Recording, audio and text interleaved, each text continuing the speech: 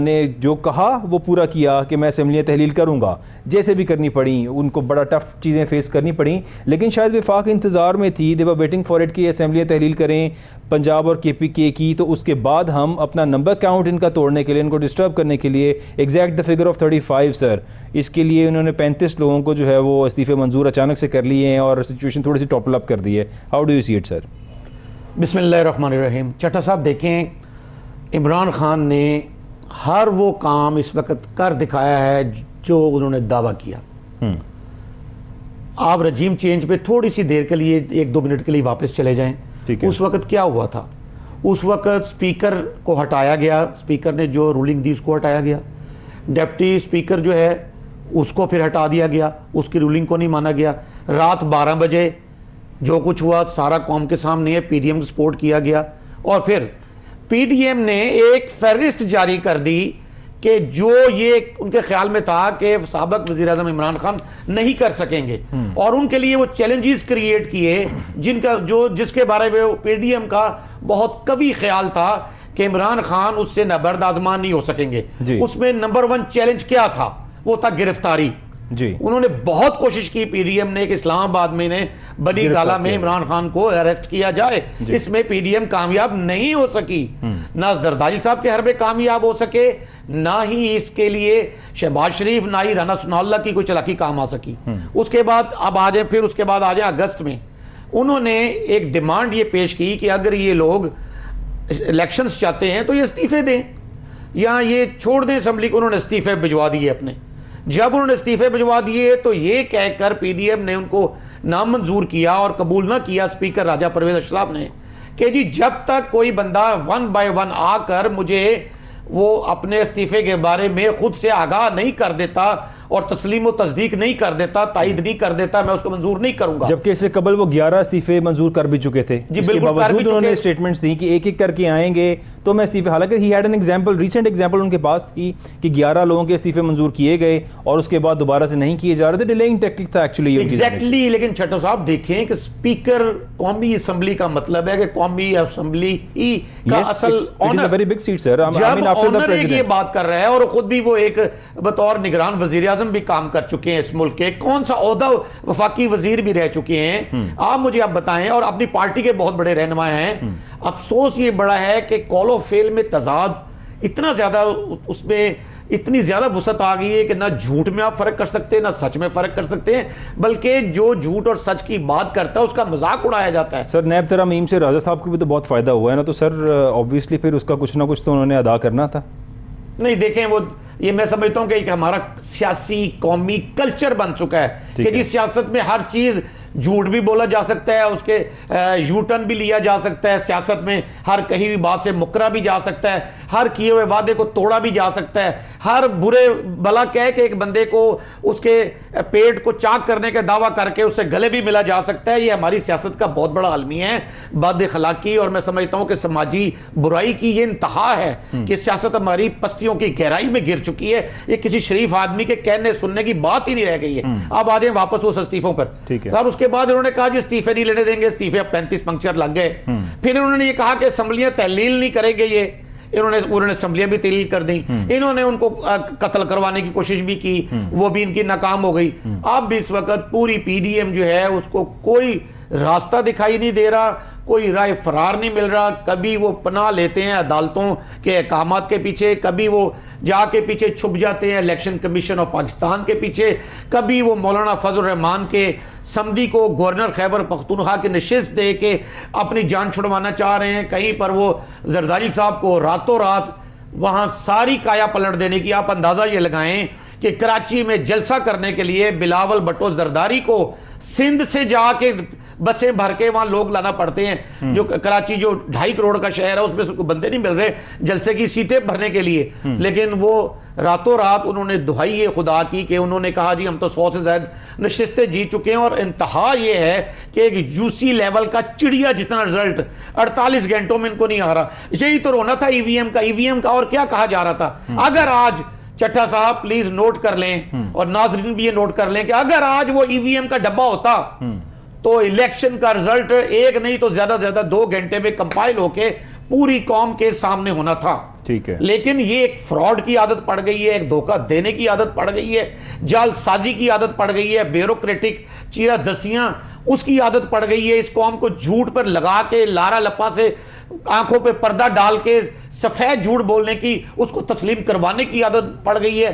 صوبائی وزراء کے ذریعے جھوٹ کو سچ بتانے کی عادت پڑ گئی ہے اور قوم کو ایک جھوٹی دلدل میں گھسیڑ دیا گیا ہے. بالکل, آپ نے بالکل ٹھیک کہا. ظاہر ہے اگر یہاں پر ای وی ایم کے تھرو الیکشنز کیے جائیں تو مشین کو خریدا نہیں جا سکتا, اور کسی شخص جو موجود ہو, جو وہاں پر کوئی بھی انسان موجود ہو, اس کے ساتھ کچھ نہ کچھ سیٹلمنٹ مینجمنٹ کی جا سکتی ہے, لیکن مشین کے ساتھ چیزیں کرنا میرا خیال ہے تھوڑا سا مشکل ہوگا. اس لیے شاید ای وی ایم کو نہیں فوکس نہیں کیا جا رہا, ای وی ایم کو آگے نہیں آنے دیا جا رہا کہ ای وی ایم آئے گی تو شاید فری اینڈ فیئر الیکشنز ہوں گے, اور ای وی ایم جو ہے اس کے اندر کسی طرح سے ٹیمپرنگ نہیں ہو پائے گی. دس از دا ریزن سر. اب ظاہر ہے ہمارے ملک میں اس ٹائم ڈاکٹر صاحب جو حالات ہیں, آپ جس طرح سے دیکھ رہے ہیں ساری سچویشن کو, کراچی کا الیکشن ہوا ہے اور پاکستان پیپلز پارٹی ایک بار پھر سے کہتے ہیں کہ ہم کراچی کی سب سے بڑی جماعت ہیں. Although they have gained just 91 votes ملے ہیں پاکستان پیپلز پارٹی کو اور 88 ملے ہیں جماعت اسلامی کو. کچھ تھوڑا سا کلیشز آ رہے ہیں ڈفرینٹ چینلز کے اوپر, کوئی چینل کچھ بتا رہا ہے کچھ بتا رہا ہے, لیکن آلموسٹ فگرز جو ہے وہ 1-2 پوائنٹس کا ان کا ڈفرینس ہے. کراچی میں 91 سیٹس پاکستان پیپلز پارٹی کی, 88 جماعت اسلامی کی. ایم کیو ایم کے بوائیکاٹ سے sir how do you see it کہ کیا فائدہ جماعت اسلامی کو ہوا ہے کہ جماعت اسلامی نے یہ نمبر اپنا 95 کا نمبر انہوں نے دیا تھا بیفور دا الیکٹورل پروسیس, اور انہوں نے کہا تھا کہ ہم اتنی سیٹس گین کریں گے, اس کے بعد still they have got 88 seats, اور اس کے باوجود بھی ظاہر ہے وہ کہہ رہے ہیں کہ ہماری کچھ اور ہمارے پاس نتائج موجود ہیں جو ہمیں نہیں بتائے جا رہے اور ڈکلیئر نہیں کیے جا رہے ہیں. اور پاکستان پیپلز پارٹی بلاول بھٹو صاحب تو خوشیاں منا رہے ہیں, وہ کہہ رہے ہیں کہ جی ہم آج بھی سندھ کی سب سے بڑی جماعت ہے اور ہم نے سب سے بڑا نمبر وہاں پہ گین کیا ہے, سو لوگ عوام بھی ہمارے ساتھ ہیں. دیکھیں جی, ایک تو کراچی جو ہے نا پاکستان کا سب سے بڑا شہر ہے جی, پاکستان کا دل ہے, جان ہے پاکستان کی. ایک سمجھ لیں کہ جتنا ہمارا ریونیو جنریٹ ہوتا ہے لوکل لیول پہ, اس میں سب سے بڑا پورشن جو ہے وہ ہم کراچی سے حاصل کرتے ہیں, ٹیکس دہندگان سے. لیکن یہاں اس وقت جو بلدیاتی انتخابات کا دوسرا مرحلہ ہوا ہے, اس میں جماعت اسلامی کو 88 یا بقول ان کے کہ ان کی 90 سے اوپر چلے جائیں گی سیٹس جی, وہ جو ایک سیٹ لینے کے قابل ہوئے ہیں وہاں حافظ نعیم الرحمان کی ایک شخصی محنت کی بدولت ہے. ٹھیک ہے. یہ شخص 10 سال سے کراچی میں کام کر رہا ہے, بے شک وہ جماعت اسلامی کے پلیٹ فارم سے کر رہا ہے, لیکن اس نے کراچی کے شہریوں کے ساتھ ایک لائزون قائم کی ہے, ان کے کام آیا ہے, رفائی کام کیے ہیں, دن بھاگا ہے, رات کو جاگا ہے. تو اس نے اپنے آپ کو ثابت کیا ہے اس قابل کہ وہ بلدیاتی سطح پر جو کراچی کو مسائل ہیں اس کو ریڈریس کر سکتا ہے. ٹھیک ہے. اس کا ایک ویژن بھی ہے, وہ گفتار میں بھی ماہر ہے, وہ وقت بھی دے سکتا ہے, توانائی بھی خرچ کر سکتا ہے. اور دوسرا ان انتخابات میں اس کو برتری اس وجہ سے ملی ہے, شاید جماعت اسلامی کو پاکستان بھر میں بلدیاتی انتخابات میں اس طرح کہیں اور برتری شاید نہ مل سکے, وہ اس لیے ملی ہے کہ اس نے شخصی طور پر اپنے لائزون سے ثابت کیا ہے کہ وہ کراچی والوں کے مسائل میں ان کو تنخواہ نہیں چھوڑے گا. اور اس نے کچھ نہ کچھ ویژن پیش کیا ہے. مختلف طبقات, ٹریڈ انڈسٹری کے اداکار یا سماجیات کے کچھ لوگ, فلاح و بہبود کے کچھ جو تھے کمیونٹی کے لوگ تھے, وہ اس کے ساتھ انہوں نے جماعت اسلامی کی بنیاد پر نہیں بلکہ اس کی شخصیت کی بنیاد پر اس کے ساتھ سٹینڈنگ رکھی ہے, جس کا وہ رزلٹ نکلا ہے. لیکن اصل بات یہ ہے کہ پیپلز پارٹی جو ہے وہ سکڑتے سکڑتے سکڑتے سکڑتے اب سندھ کی بجائے صرف کراچی تک محدود ہونے جا رہی ہے.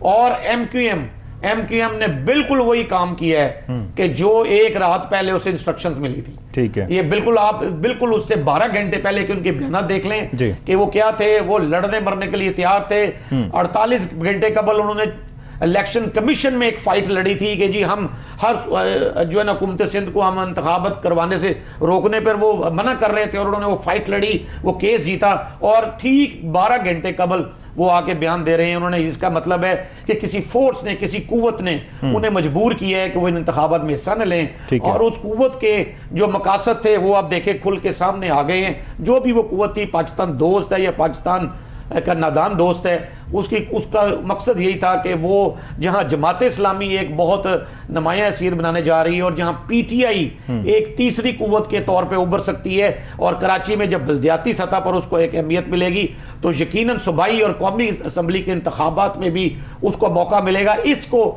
ایک میں سمجھتا ہوں کہ روکنے کے لیے جو ایک ماحول پیدا کیا گیا, جو ایک سنزنی پیدا کی گئی, جو ایک وکٹ کلیئر کی گئی, میں اس کو وکٹ کلیئر کرنا کہتا ہوں, جو وکٹ کلیئر کی گئی اس کا رزلٹ یہ ہے کہ آج جو سراج الحق ہیں وہ بھی بڑے عجیب سے جذبے کے ساتھ زرداری صاحب کے ساتھ تشریف فرما تھے. میں تو یقین کریں دیکھ کے مجھے سخت مایوسی ہوئی کہ چلیں باقی لوگوں کا تو کوئی اخلاق, کوئی مذہبی رواداری, کوئی ڈیوٹی سماجی نہیں تھی, وہ جن پہ تکیہ تھا وہی پتے ہوا دینے لگے. دیکھیں اس میں کوئی شک نہیں ہے, ظاہر ہے جماعت اسلامی کا ہمیشہ رول بڑا پازیٹیو رہا ہے. کبھی بھی پاکستان پر مشکل وقت ہو تو میرا خیال ہے سب سے زیادہ پاکستانی عوام کی خدمت کرنے والے اور سب سے زیادہ جو ہے ہر لحاظ سے فنڈ ریزنگ اور ان فنڈ کو لوگوں تک پہنچانے والی جماعت جو ہے وہ جماعت اسلامی ہے, لیکن کبھی بھی ان کو شاید اس کا رزلٹ عوام کی جانب سے نہیں ملا. سو دس از دا فرسٹ ٹائم کہ ہم نے دیکھا کہ جماعت اسلامی دوبارہ سے ابھر رہی ہے اور کراچی کے ان بلدیاتی الیکشن, سندھ کے بلدیاتی الیکشنز کے اندر جماعت اسلامی نے کراچی کے اندر ایک مینڈیٹ حاصل کیا. کراچی از دا مین سٹی, کراچی ہی پورا سندھ ہے ایکچولی, اور کراچی جس کے پاس ہوگا سارا سندھ بھی کنٹرول وہ کر ہی سکے گا اس کے کراچی کے تھرو.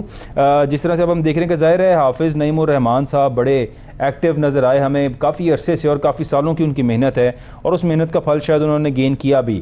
سر کس طرح سے آپ دیکھتے ہیں کراچی کا میئر کیا جماعت اسلامی پاکستان تحریک انصاف کو جوائن کرے گی, یا جس طرح سے اب وہ جا کے زرداری صاحب کے ساتھ مل گئے ہیں تو پھر تو دوبارہ سے کمپرومائز کی سیاست ہی ہونے لگی ہے یہاں پر کہ زرداری صاحب کے ساتھ چیزیں بانٹی جائیں گی, شیئر کی جائیں گی. پاکستان پیپلز پارٹی تو 15 سال سے اس ٹائم حکومت میں ہے صوبہ سندھ کے اندر, اور جو ان کی پرفارمنس ہے وہ ہم سب کے سامنے ہے. تو کیا سراج الحق صاحب زرداری صاحب کے ساتھ بیٹھ کے ان کو ٹھیک کر لیں گے یا خود بھی ان جیسے ہو جائیں گے؟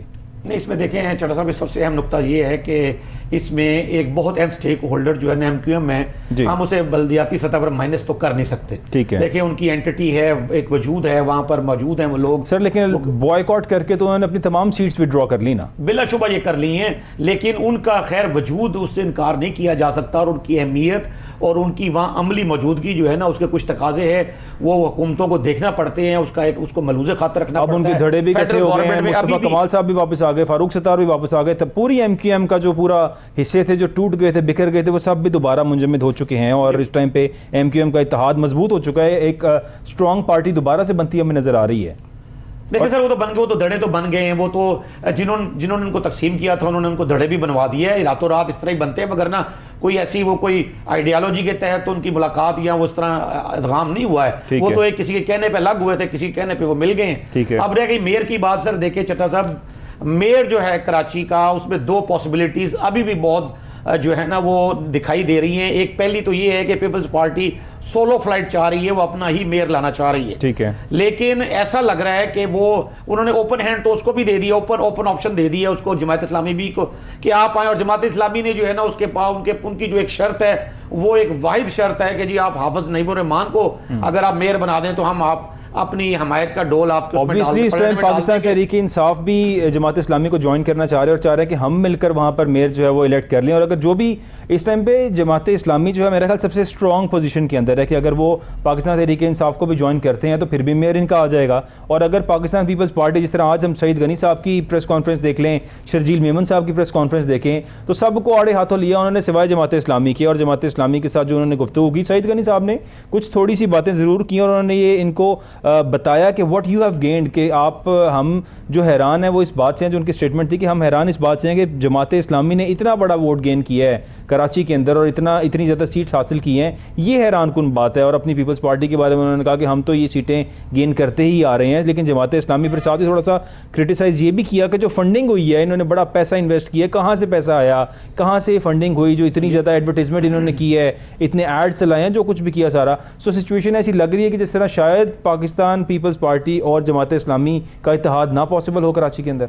دیکھیں چٹا صاحب, دیکھیں جماعت اسلامی کو اب یہ چاہیے کہ وہ دیکھے کہ پیپلز پارٹی کی آئندہ بھی اگر کبھی حکومت کہیں بنی تو وہ صرف ایک صوبہ ہوگا سندھ, جبکہ جماعت اسلامی جو ہے نا اس کو سندھ سے اس طرح نمائندگی ملنے کے امکانات صوبائی اور قومی اسمبلی اور سینٹ میں نہیں ہیں, ٹھیک ہے, لیکن ان کے پاس اگر سندھ میں بھی کسی کے ساتھ مل کے قومی اور صوبائی نشستوں کی ہمانگی ہو سکتی ہے تو وہ پی ٹی آئی ہے, ٹھیک ہے, اور اگر صوبہ خیبر پختونخوا میں بھی اور صوبہ بلوچستان میں بھی اور صوبہ پنجاب میں بھی ان جگہوں پر, چاروں جگہوں پر اگر ان کی کوئی ہمانگی ہو سکتی ہے, کوئی ایڈجسٹمنٹ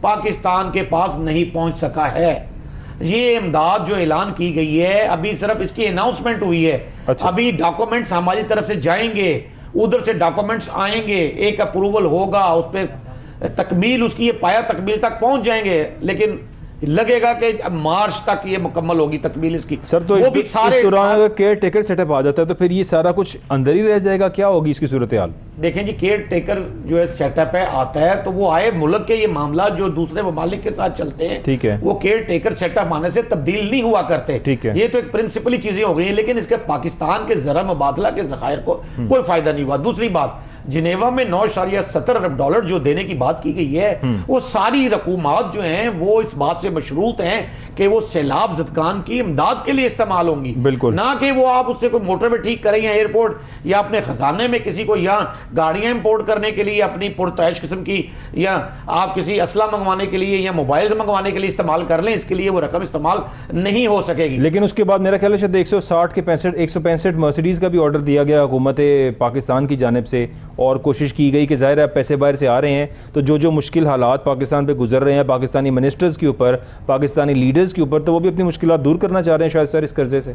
چٹا صاحب, کاش آپ اور آپ کی ٹیم آج ریڈ زون اسلام آباد کے قریب جائے, میریٹ ہوٹل, سرینا ہوٹل اور ان کے ساتھ ملکہ شاہراہ کو دیکھے, جو پارلیمنٹ لاجز ہیں اس کے باہر کے مناظر دیکھیں, اس کے اندر کے مناظر دیکھیں, جو وہ 100 فٹ چوڑی شاہراہیں ہیں ان کے جگمگاہٹ دیکھیں, اور ان کا شاہانہ پروٹوکول دیکھیں, ان کی جاہ جلال کے انداز دیکھیں, تو آپ کو لگے گا کہ پاکستان کو دنیا کا امیر ترین ملک ہے, جس کے وزیر اعظم ایک بادشاہ سے کم نہیں ہے, اور جس کے وزراء جو ہیں وہ کسی بہت بڑے وزیر اعظم سے کم نہیں ہیں. کوئی بہت بڑا ان کا تیل نکل چکا ہے, ان کی کانوں سے سونا ریت کی طرح گر رہا ہے. یہ ایسے ملکوں جیسی عیاشیاں یہ کرتے آپ کو دکھائی جائیں گے.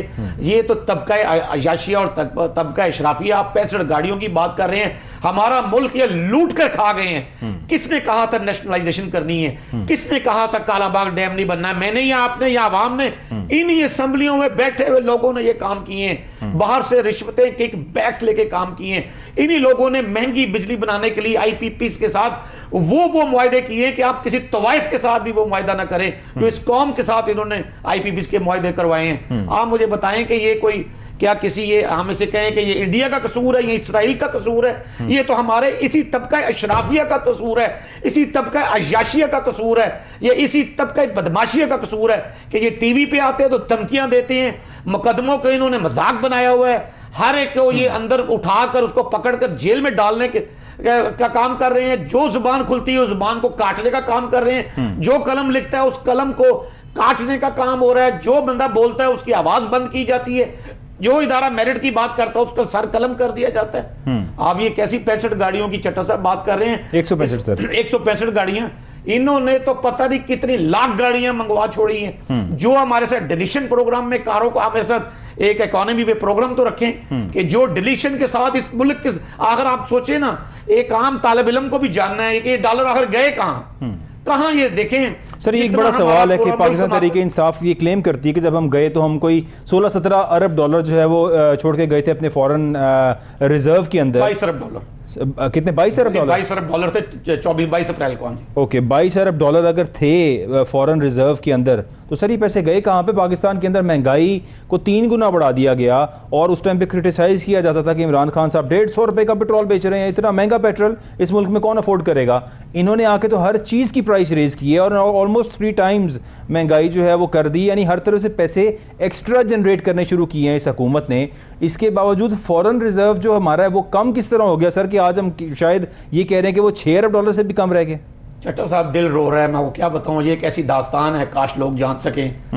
پورا پاکستان ایکسپورٹ کر کے کسی بھی طریقے سے کاروبار کر کے باہر مال بھیج کے جتنے ڈالر کماتا ہے وہ ڈالر ہیں 28-29 ارب ڈالر. ٹھیک ہے.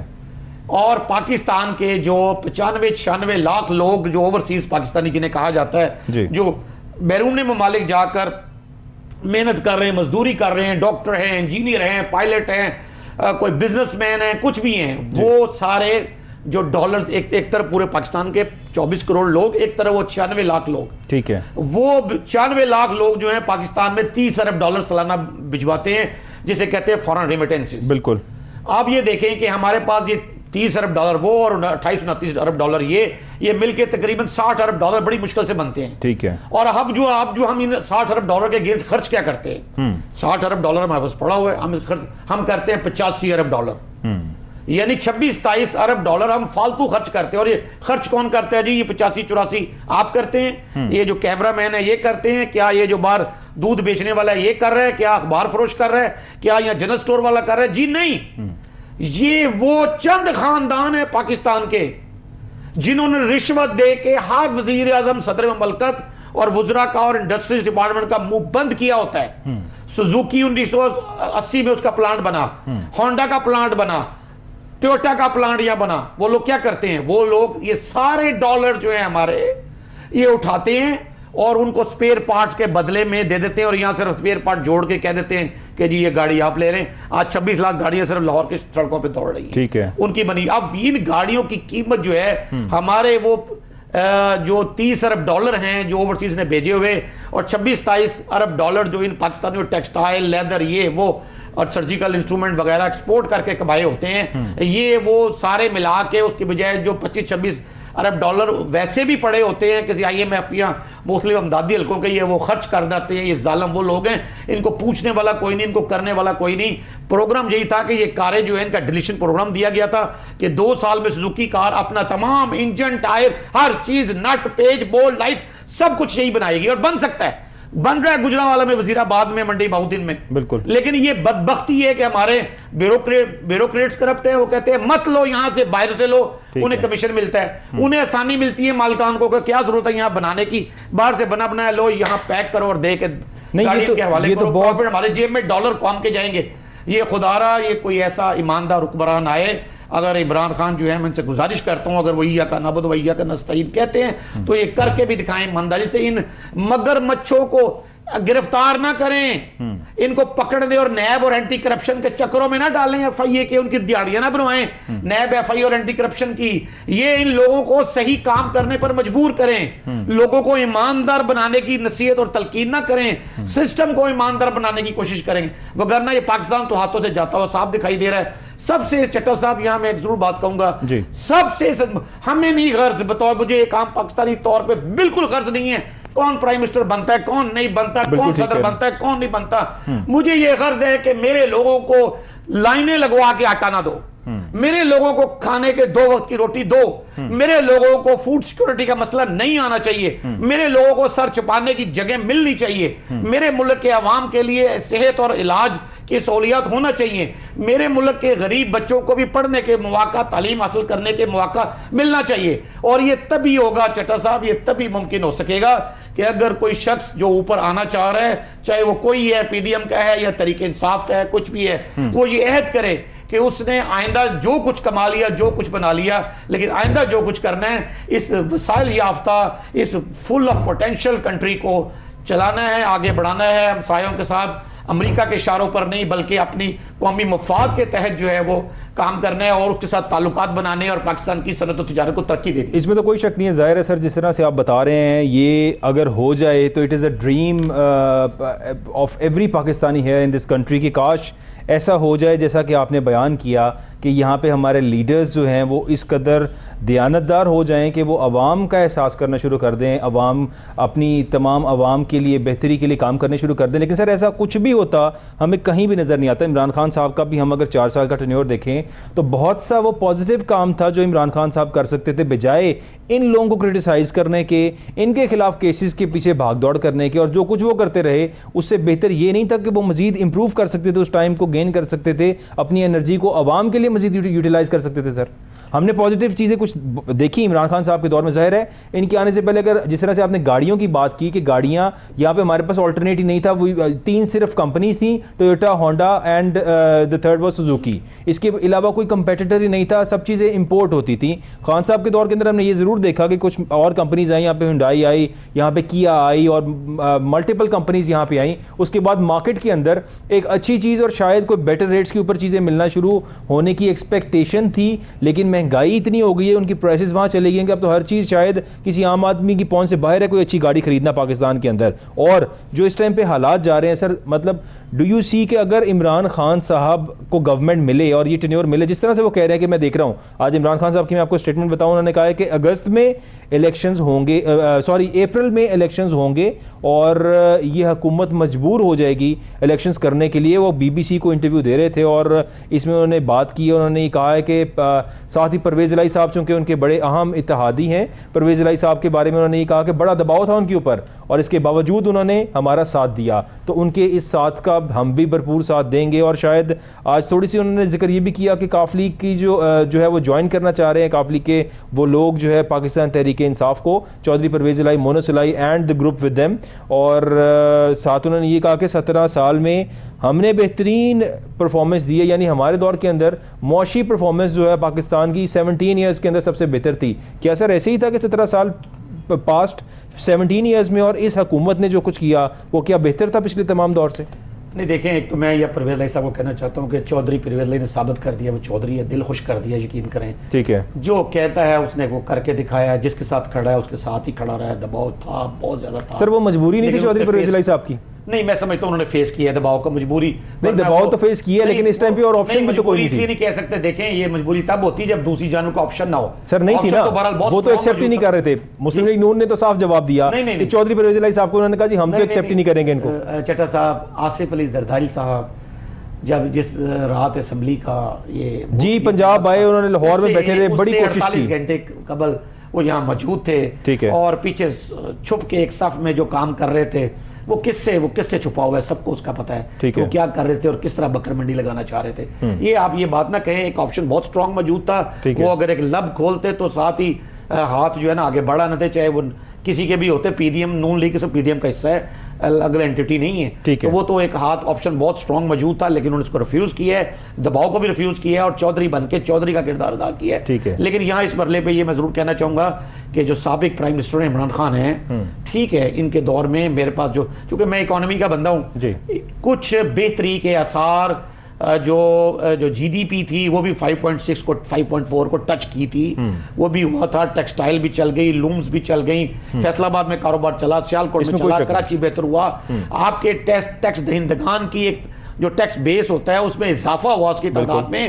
اس کے بعد جو آپ کی فورن ریمیٹنسز تھی وہ کبھی بھی عمران خان کے دور سے پہلے کبھی بھی 25 ارب ڈالر سے اوپر نہیں گئی تھی, وہ 30 ارب ڈالر تک گئی, 32 ارب ڈالر تک گئی. اس کے بعد اگر وہ مزید رہتے کچھ دیر تو لوگ تیار تھے اس بات کو ان کو سپورٹ کرنے کے لیے, ان کو ووٹ کا حق مل گیا تھا. میں بھی یہ ایک ٹارگٹ تھا کہ 40 ارب ڈالر تک چلے جائیں تو پاکستان تو کے لیے کہیں نہ کہیں بہتری آ رہی تھی. لیکن ایک بات میں ضرور یہ کہنا چاہوں گا کہ ابھی بھی سنجیدگی سے جتنا اہم الیکشن ہے former prime minister Imran Khan کے لیے, اتنا ہی اہم ایک اکنامک چیلنج ہے ان کے لیے. یہ سارا بوجھ ایک دم انتخابی مہم کے دوران ہی انہی کے کندھوں پر انٹرم گورنمنٹ پر منتقل نہیں ہوگا, عمران خان کے کندھوں پر منتقل ہوگا کہ اس کے پاس کیا پلان ہے اس عوام کو دینے کے لیے. اب یہ بات نہیں سنی جائے گی کہ 50 لاکھ گھر, 1 کروڑ نوکریاں, یہ اس طرح کی باتوں پہ لوگوں نے نہیں اب جانا. نہیں, اب دوبارہ شاید خان صاحب ایسی بات کریں گی بھی نہیں, جب ڈیلیور نہیں کر سکے 50 لاکھ گھر اور 1 کروڑ نوکری دے نہیں سکے تو شاید اب دوبارہ ایسی اسٹیٹمنٹ بھی نہیں دیں گے. بس میں یہ سمجھتا ہوں کہ انہیں چاہیے کہ ایک ایکسپرٹس کے ساتھ جو ریئل ایکسپرٹ ہے, یہ نہیں کہ ایک آئی جی جو کہ خود سب سے بڑا بینیفیشری ہوتا ہے پولیس کی جانب سے, اسی کو پولیس کو ٹھیک کروانے کے لیے ایک آدمی جو خود ہی مطلب وہ ڈاکٹر ہے, اس کو آپ محض ایک شعبہ صحت کو ٹھیک کرنے کے لیے نہیں کہہ سکتے. اس کے لیے آپ کو جو سٹیک ہولڈرز ہوتے ہیں, جن کو تکلیف ہوتی ہے پولیس سے, جن کو شعبہ صحت ہسپتالوں سے تکلیف ہوتی ہے, ناراضگی ہوتی ہے, آپ ان کو آن بورڈ لے کے کوئی سسٹم بنائیں فول پروف سا, تاکہ کوئی بیلنس ہو اور اپنے ایکسپرٹس کو آپ ایک 90 ڈیز کا یا 100 ڈیز کا یا 50 ڈیز کا ایک ٹارگٹ ان کو دینا چاہیے. اور وہ پھر اپنی انتخابی مہم میں اس وقت جو سب سے بڑی انتخابی مہم میں اگر سب سے بڑی کوئی چیز امپورٹنٹ ہو سکتی ہے تو خواہ وہ پی ڈی ایم ہو یا وہ پی ٹی آئی ہو, اس کے لیے وہ ملک کا اکنامک ایجنڈا ہے کہ وہ پاکستان کو اس ڈیفالٹ ہوتی ہوئی صورتحال سے کیسے بچائیں گے, عام آدمی کے لیے کیا کر سکیں گے, جوڈیشری کو کیسے ٹھیک کر سکیں گے, پولیس کو کیسے ٹھیک کر سکیں گے. یہ دونوں بنیادیں ہیں. اس کے بعد آپ کے ہسپتالوں کا نظام کو کیسے ٹھیک کر سکیں گے, آپ کے ایجوکیشن سسٹم کو کیسے ٹھیک کر سکیں گے. اور سب سے بڑی ایک بات, رائٹس آف اے مین, ٹھیک ہے. ہر آدمی جس کے کوئی ایسا لگتا ہے جیسے پاکستان ایک ایسی بنانا ریپبلک ہے جس میں عام آدمی کا کوئی حق نہیں ہے, اس کے لیے کوئی اصول نہیں, سب مراد, سب حقوق صرف مراد یافتہ طبقہ اشرافیہ, یاشیہ اور بدماشیہ کے لیے ہے. بالکل آپ کی بات ڈاکٹر احسن صاحب نے جو کچھ فرمایا بالکل ٹھیک فرمایا, اس میں کوئی شک نہیں ہے. آج سر کافی دنوں کے بعد مولانا فضل الرحمان صاحب دیکھنے کو ملے, شاید تھک گئے ہیں وہ اپنے تمام بیرونی دوروں سے اور کافی گھوم پھر کے آئے ہیں, تر و تازہ ہو کر آئے ہیں, اور مہنگائی مکاؤ مارچ جو ہے وہ بھرپور طریقے سے کیا تھا. مولانا صاحب نے پی ڈی ایم کے صدر بھی تھے, اور پی ڈی ایم کے اندر انہوں نے خوب اپنے مدرسے کے بچوں کو اور اپنی پوری فورس کو ساتھ جوائن کروا کے بڑے جلسے کیے تھے, اور یہ کہا تھا کہ پاکستان کے اندر ہم مہنگائی ختم کریں گے اور یہ سب کچھ ختم کریں گے. سر مہنگائی لگتا ہے ختم ہو گئی جو مولانا صاحب آج آئے ہیں, اور آ کے انہوں نے بڑی تبلیغی انداز کے اندر آج انہوں نے بتایا کہ کس طرح سے ہمارے یہاں پہ جو ہے اسکولز کالجز کے اندر بچوں کی کیا ٹریننگ ہوتی ہے اور کیا کچھ کیا جاتا ہے. تو سر ان کے مدرسوں میں کیا بڑی اچھی ٹریننگ ہو رہی ہے جو وہ کرٹیسائز کر رہے ہیں باقی ہمارے اسکولز کالجز کے بچوں کو اور یہاں کے ٹرینڈ بچوں کو؟ کاش مولانا کو ترکی میں جو کچھ مدارس ہیں, ملائیشیا میں ہیں, وہ دکھائے جائیں. یہ مدارس جو پاکستان میں ہیں در حقیقت ان کا جو ماحول ہے وہ ہمارا بر صغیر پاک و ہند کا ایک پسماندہ ماحول ہے. ٹھیک ہے. یہ کوئی اسلامی شرط نہیں ہے پسماندہ رہنا یا پسماندگی میں کھوئے رہنا, یہ کوئی اسلامی یا مذہبی شرط نہیں ہے. یہ ترقی کرنا, طلبہ طالبات کو ایک نیا ماڈرن ماحول دینا, انہیں جدید ٹیکنالوجی اور جدید امور سے روشناس کرانا, یہ کوئی اسلامک جانب کوئی بین نہیں ہے. نہیں سر, یہاں پہ ہمارے پاس اچھے سیٹ اپ بھی ہیں, بہت سے جو چل رہے ہیں, ظاہر ہے یہاں پہ بہت سے اچھے مدرسے کام کر رہے ہیں, لیکن بات ہو رہی مولانا صاحب ظاہر ہے چونکہ وہ سیاسی انسان ہیں اور مدرسے کو کرٹیسائز ہم نہیں کر سکتے کیونکہ ظاہر ہے اسلام کی تعلیمات جو دی جاتی ہیں ہر مدرسے کے اندر ہی وہاں پہ بہتری کی جاتی ہے ہر کسی کی جانب سے. لیکن ہم بات کر رہے ہیں مولانا صاحب کی سیاست کی, کہ فضل الرحمان صاحب جو سیاست کرتے آئے ہیں اور جو کچھ کہتے آئے ہیں اس عوام کو, اس سب کے بعد میرا خیال ہے کہ شاید انہیں تھوڑا سوچنا چاہیے کہ میں جو کچھ کہتا رہا ہوں اس کے بعد اب جو حالات عوام کے اوپر گزر رہے ہیں بجائے اس کے بعد کرنے کی وہ رائٹ لیفٹ کی باتیں کرتے رہتے ہیں. سر یہ بھی تو ٹھیک نہیں ہے. دیکھیں ہر وہ بل جو اسلام کے خلاف پارلیمنٹ سے پاس ہوا ہے اس پہ مولانا فضل الرحمان بھی کسی نہ کسی جگہ کسی نہ کسی ان کی جماعت شامل رہی ہے. ٹھیک ہے. دوسری بات آج انہوں نے مہنگائی کی جو بات کی ہے, پاکستان کی تاریخ میں 75 سال میں اتنی مہنگائی کبھی بھی نہیں ہوئی. اس وقت وہ جو فیڈ انڈسٹری کا جو ایک ایشو تھا سویابین کے کنٹینروں نے سویابین امپورٹ نہیں ہو رہا تھا, اب پولٹری سیکٹر جو ہے وہ اتنا اس وقت ڈپرائیو ہو چکا ہے کہ ہزاروں لوگ روزانہ کی بنیاد پر بے روزگار ہو رہے ہیں. ٹھیک کہہ رہے ہیں. جو ٹھیلا بندہ 7 دن ہفتے میں لگا رہا تھا ایک اڈا فروخت کرنے کے لیے مرغی, وہ ہفتے میں 2 یا 3 دن لگا پا رہا ہے. جو لوگ مرغی کا گوشت 4 سے 5 دن کھا سکتے تھے وہ 1 دن بھی نہیں کھا پا رہے. ٹھیک کہہ رہے ہیں. جو انڈے تھے مرغی کے عوام کی پہنچ سے باہر ہو گیا, ریٹ اتنا ہے, باہر ہو گئے ہیں, دستیاب بھی نہیں ہیں, کم بھی ہیں اور مہنگے بھی بہت ہیں. پھر اس کے ساتھ جو ہے نا وہ بے روزگاری کا ایک بہت بڑا سیلاب آ گیا ہے. پھر مہنگائی کا یہ عالم ہے کہ آپ باقی زندگی کی چیزیں تو چھوڑیں, جو اشیاء خرد و نوش ہیں, آٹا ہے, دال ہے, چینی ہے, چاول, ایک ملک جو سرپلس ہے. میں کہتا ہوں چٹا صاحب پلیز ایک پروگرام تو رائس پر ہی رکھ لیں آپ, کہ ایک ملک جو ہے وہ سرپلس ہے چاول کے اندر. ہمیں چاول کا ایک دانہ باہر کے ملک سے منگوانا نہیں پڑتا, وہ 350-400 روپے کلو. خدا رہا یہ دیکھیں یہ ہو کیا رہا ہے یہ اس ملک میں, اور کسان کو کیا مل رہا ہے. وہ تو پھر لوگوں نے, مجھے یاد ہے کہ 2011 میں خودکشیاں کی جن کے رائس شیلرز تھے کہ ان کے چاول بک نہیں سکے. اتنا چاول ہمارے پاس ہوتا ہے. آج چاول وہی 400 روپے کلو ہے, 500 روپے کلو ہے, 350 روپے کلو, 380 روپے کلو. اس کی ریزن کیا ہے؟ کیا سیلاب کی وجہ سے جو ہے چاول کی پرائسز یہاں چلی گئی ہیں؟ نہیں, اس کی یہ وجہ نہیں, سیلاب کا اس کا بالکل اس سے کوئی تعلق نہیں ہے. کیونکہ جس ایریا میں سیلاب ہے وہاں چاول کی کاشت ہوتی نہیں ہے. چاول کی کاشت وہاں کچھ نہ کچھ ہوتی ہے, وہاں بھی ہوتی ہے, بڑی نومینل سی ہوتی ہے. نومینل ہے, لیکن چاول نہیں ہے, آلریڈی سرپلس ہیں. چاول سمیت باقی چیزوں کا 2 ایشو ہیں. ایک تو دیکھیں ہمارے ہاں افراط زر آیا, ہم نے ڈالر کو کنٹرول نہیں کر سکے. ٹھیک ہے. ہمارے جتنا میکنزم جو انڈسٹری کا چلتا ہے, جو ٹریڈ کا چلتا ہے, وہ آپ کی روپے کی ویلیو کے ساتھ چلتا ہے. جی بالکل. وہ روپے کی ویلیو تو ہم نے تباہ کر دی. آپ یقین کریں کہ ہم ایلسیز کیوں نہیں کھول رہے, آپ کا کیا خیال ہے کہ کیوں نہیں کھول رہے؟ صرف ایک وجہ سے نہیں کھول رہے. ٹھیک ہے. کہ اسحاق ڈار صاحب کی پینٹ اتر جائے گی. جس دن ایلسیز کھل گئی اس دن جو ہے نا ڈالر 300 روپے کا ہو جائے گا. ڈالر تو ہے نہیں پیچھے, جو ہی ادائیگی ہونا شروع, ڈالر کے زر مبادلہ کے ذخائر کے ساتھ ہم ڈالر کو میچ کر رہے ہیں نا. ٹھیک ہے. تو جو ہی وہ ایلسیز ڈالر نکلنے شروع ہوئے تو وہ جو ہے نا وہ ڈالر 300 روپے پہ چلا جائے گا. کتنی اور دیر لوگ روکیں کہیں گے؟ جی یہ یہاں تو فارماسیوٹیکل کا را مٹیریل پڑا ہوا ہے, سویا بین دیکھ لیں آپ, اس طرح کی کئی چیزیں جو رکی پڑی ہیں وہاں پر. آزاد کتنی کی دیر روکیں گے؟ پیوندکاری چٹا صاحب, آزاد کی پیوندکاری کا عمل جو کہیں نہ کسی کی آنکھیں تبدیل ہو رہی ہیں, کسی کا جگر تبدیل ہو رہا ہے, کسی کے سوئچرز یوز ہوتے ہیں گردے اس میں, تبدیل ہو رہے ہیں. اب اس کے لیے جو میڈیسن چاہیے وہ نہیں آ پا رہی ہے. یہ تو وہ لائف سیونگ ڈرگز ہیں, اس کے علاوہ کئی جو نہیں مل رہی ہیں ان کو. اس کے علاوہ فارماسیوٹیکل کا جو خام مال ہے وہ نئی کیمیکلز نہیں آ پا رہے ہیں. تو یہ مسائل تو بہت گمبھیر ہیں, بہت سارے اس میں مسائل ہیں. لیکن سوال یہ پیدا ہوتا ہے کہ کیا ہم یہ کہہ سکتے ہیں کہ حکومت تو پی ڈی ایم کی ہے لیکن ذمہ دار کوئی اور ہے, جس کے پاس اختیار ہوتا ہے, جس کے جھنڈے لگے ہوتے ہیں, جس کو پروٹوکول مل رہا ہوتا ہے, ذمہ داری بھی اس کی ہوتی ہے. یہ نہیں ہوتا کہ پروٹوکول, جھنڈے اور اختیارات اور عہدے ہمارے ہوں گے اور ذمہ داری کسی اور کی ہوگی. یہ اس طرح نہیں چل سکے گا. یہ بڑا پاکستان کے ساتھ مذاق چلتا رہا. ظاہر ہے حکومت کو 9 ماہ ہو چکے ہیں, اور 9 ماہ میرا خیال ہے ایک طویل عرصہ ہے اس سب چیزوں کو مینج کرنے کے لیے. شروع میں تو 4-5 مہینے تو مفتاح اسماعیل صاحب کو 9 ماہ کا چٹا صاحب نہ کریں آپ. یہ تو دیکھیں آخری سال 5 سال کی حکومت تھی, ٹھیک ہے, 2018 میں جو انتخابات ہوئے 5 سال کا مینڈیٹ ملا, ٹھیک ہے, 4 سال اس کو مل گئے, 5واں سال ان کو مل گیا. 9-10 ماہ کی تو بات چھوڑ دینا آپ, ٹھیک ہے. اب جنوری تو گزر گیا, یہ 1 سال تو انہیں اس حکومت کا بھی انہیں ملا ہے. سر سال بھی مل گیا ہو, میں کہتا ہوں 9 منتھس بھی ان کو مل گئے ہوں, تو I think that is enough time. Instead of changing, آپ منسٹر چینج کرتے رہیں, آپ وزیر خزانہ پہلے مفتاح اسماعیل صاحب کو لائیں اور پھر کہیں کہ ان سے صحیح ڈیسیجنز نہیں لے پا رہے تھے, وہ ٹف ڈیسیجنز نہیں کر پا رہے تھے. اسحاق ڈار صاحب آج تشریف لائیں گے, وہ بڑے زبردست فیصلے کریں گے, وہ بھی آ جاتے ہیں پروٹوکول کے ساتھ, آتے ہی وزیر خزانہ بنتے ہیں. سارا فائدہ تو ملتا ہے اسحاق ڈار صاحب کو, ان کی پراپرٹیز ریلیز ہوتی ہیں, ان کے بینک اکاؤنٹس دوبارہ سے کھل جاتے ہیں اور سب کچھ ہوتا ہے, کیسز ختم ہو جاتے ہیں اور پروٹوکولز ملتے ہیں اسحاق ڈار صاحب کو, اور ملک کی معیشت کا بیڑا غرق ہو جاتا ہے. سر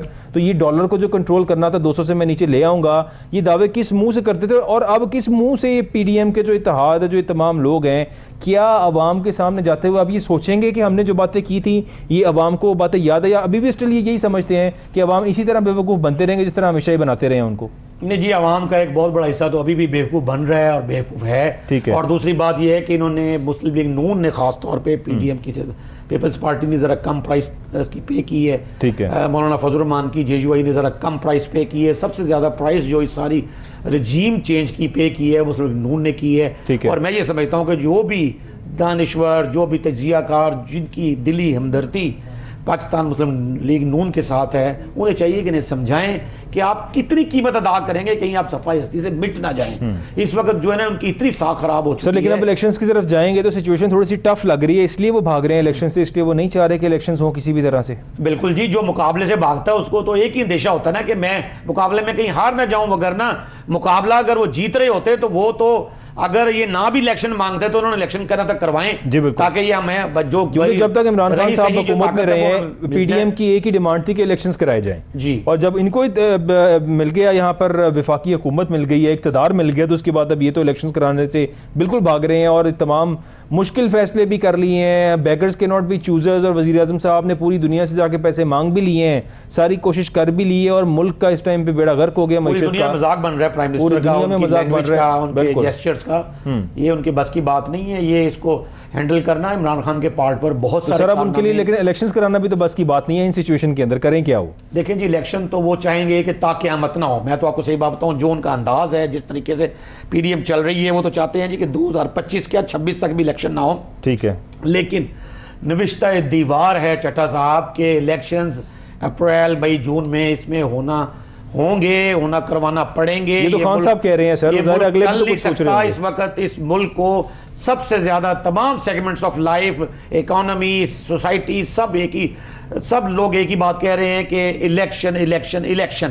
تو الیکشن ایک واحد حل ہے اس وقت سارے ملک کو عدم استحکام سے نکالنے کے لیے. سر میں I have to wrap up the show, time ختم ہو رہا ہے. لاسٹ پوائنٹ سر, کیا آپ کو لگتا ہے کہ عمران خان صاحب اگر حکومت ٹیک اپ کریں گے تو وہ ملک کا سسٹم عوام کے لیے ریلیف لے آئیں گے, اس اکانومی میں ریلیف لے آئیں گے, چیزوں کو امپروو کر لیں گے اگر ان کو حکومت ملتی ہے تو؟ جی بالکل, مجھے یقین ہے کہ کم از کم 40 سے 50% وہ ریلیف دینے میں بھی کامیاب ہوں گے. اور اس کے علاوہ مجھے یہ بھی یقین ہے کہ وہ اس موقع کو زندگی کا آخری موقع تصور کرتے ہوئے, اپنی زندگی کے لیے آخری کارنامہ تصور کرتے ہوئے, اور آگے ہمیشہ کی حکومت حاصل کرنے کی بجائے اسی موقع کو ایک لاسٹ چانس اور موقع غنیمت جانتے ہوئے پاکستان کے لیے جو بیسٹ آف بیسٹ کر سکے، جو اچھا ڈیلیور کر سکے وہ کریں گے۔ بہت شکریہ آپ کا ڈاکٹر احسن محمود ہمارے ساتھ موجود تھے، thank you so much for your time. ناظرین آپ نے اور سنا کہ ڈاکٹر احسن صاحب جو اکانومسٹ بھی ہیں اور سمجھتے ہیں ان تمام چیزوں کو، جو ان کے ویوز تھے آپ نے سارے دیکھے۔ اللہ کرے ہمارے ملک کے لیے بہتری ہو۔ آپ سب کا پروگرام دیکھنے کا بہت شکریہ۔ کل حاضر ہوں گے دوبارہ ایک نئی بات کے ساتھ۔ اللہ حافظ۔